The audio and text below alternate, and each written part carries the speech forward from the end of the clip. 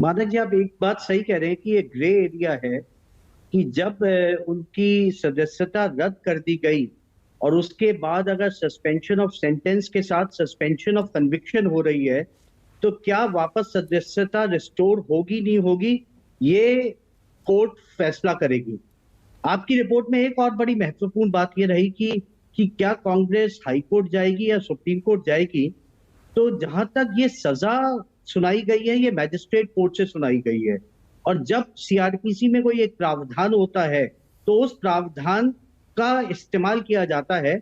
और इस सेंटेंस के और इस सजा के अगेंस्ट जो अपील लाई करती है, वो सेशंस कोर्ट में लाई करती है। और वहां पे दोनों चीजें ही हो सकती हैं। नवजोत सिंह सिद्धू की जो एक जजमेंट 2007 की, अगर आपको याद होगा, रोड रेज जो उनको कन्विक्शन हुई थी, उसमें सुप्रीम कोर्ट, हाई कोर्ट ने उनकी सस्पेंशन ऑफ कन्विक्शन को नहीं किया था। तो सुप्रीम कोर्ट ने कहा था कि अगर 389 में आपके पास सस्पेंशन ऑफ सेंटेंस का अधिकार है, तो आप सस्पेंशन ऑफ कन्विक्शन भी कर सकते हैं। तो सेशंस कोर्ट में गुजरात में, सूरत में ये अपील लाई करेगी, जहां पे सस्पेंशन ऑफ सेंटेंस और सस्पेंशन ऑफ कन्विक्शन दोनों ही कोर्ट इस पे विचार कर सकती है। और साथ ही साथ कि क्या उसके बाद जो सदस्यता लोकसभा सेक्रेटरीट ने रद्द करी है, क्या उसको रेस्टोर किया जा सकता है। ये एक ग्रे एरिया है जो आने वाले वक्त में सुप्रीम कोर्ट से एक इशारा होगा। और इसमें आपने ये भी देखा होगा, जिस दिन राहुल गांधी को कन्विक्शन हुई है, तब एक पीआईएल भी लगी है।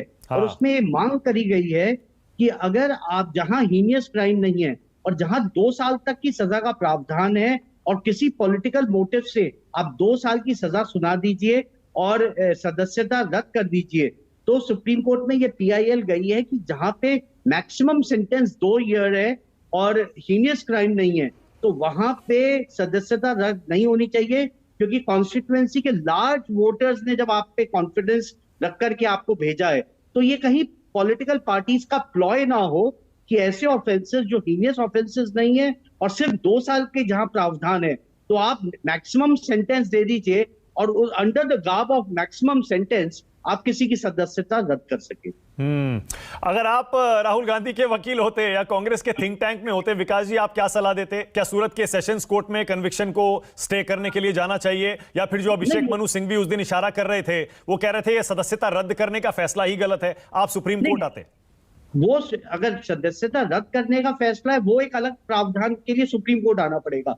लेकिन जो मैजिस्ट्रेट कोर्ट ने कन्विक्शन दी है, उसके suspension of sentence and suspension of conviction के लिए आपको सेशंस कोर्ट की सूरत में आना पड़ेगा। तो आप, मैं वो आपकी सलाह जानना चाह रहा हूं कि आपके हिसाब से कानूनी स्ट्रेटजी, लीगल स्ट्रेटजी कांग्रेस की ये भी हो सकती है कि सेशंस कोर्ट भी जाएं और इधर सुप्रीम कोर्ट भी जाएं? आप सेशंस कोर्ट जाइए, उधर से सस्पेंशन ऑफ कन्विक्शन करा करके आप लोकसभा सेक्रेटरीट को एक लेटर दीजिए कि आपकी सदस्यता बहाल की जाए। अगर वो सदस्यता बहाल ना हो, तब आप सुप्रीम कोर्ट जाइए। ओके, जो मोहम्मद फैजल के केस में हुआ है। हाँ, आपको क्या समझ में आता है? लोकसभा सचिवालय ने 2 महीने हो गए मोहम्मद फैजल के कन्विक्शन को स्टे हुए अभी तक लोकसभा सचिवालय ने उनकी सदस्यता बहाल नहीं की है, तब ये मामला सुप्रीम कोर्ट गया है। तो ये लोकसभा सचिवालय क्यों नहीं उसको रिस्टोर कर रहा है, उनकी सदस्यता को? देखिए, मैंने माना कि आपको कहा शुरुआत में, ये बड़ा ग्रे एरिया है। इस पे कोई अभी ना, जो लॉ है, रिप्रेजेंटेटिव एक्ट जो है, सेक्शन 8 सब क्लॉज 3, वो सदस्यता रद्द करने की तो बात करता है। लेकिन अगर कन्विक्शन सेट असाइड हो जाए या कन्विक्शन स्टे हो जाए, सस्पेंशन ऑफ कन्विक्शन हो जाए, उस पे बहाल होगी नहीं होगी, ये लॉ स्टैट्यूट में कहीं क्लियर नहीं है। और अब ये, जबकि स्टैट्यूट में क्लियर नहीं है, तो ये जजमेंट लॉ के प्रावधान से ही बन करके आएगा कि जहां पे सेंटेंस 2 साल की है या 3 साल की और हीनियस क्राइम नहीं है और वहां पे सस्पेंशन ऑफ कन्विक्शन हो जाता है, तो क्या उस सदस्यता को जो रद्द कर दी गई है, क्या उसे बहाल किया जा सकता है? नहीं, ये आने वाला वक्त ही बता पाएगा। कोर्ट के माध्यम से ही हम सबको ये जानकारी नहीं, लेकिन विकास जी, इसका मतलब तो ये हुआ ये मामला लंबा भी लटक सकता है और राहुल की सदस्यता हो सकता है महीनों महीनों बहाल ना हो, इतने में चुनाव भी आ जाए।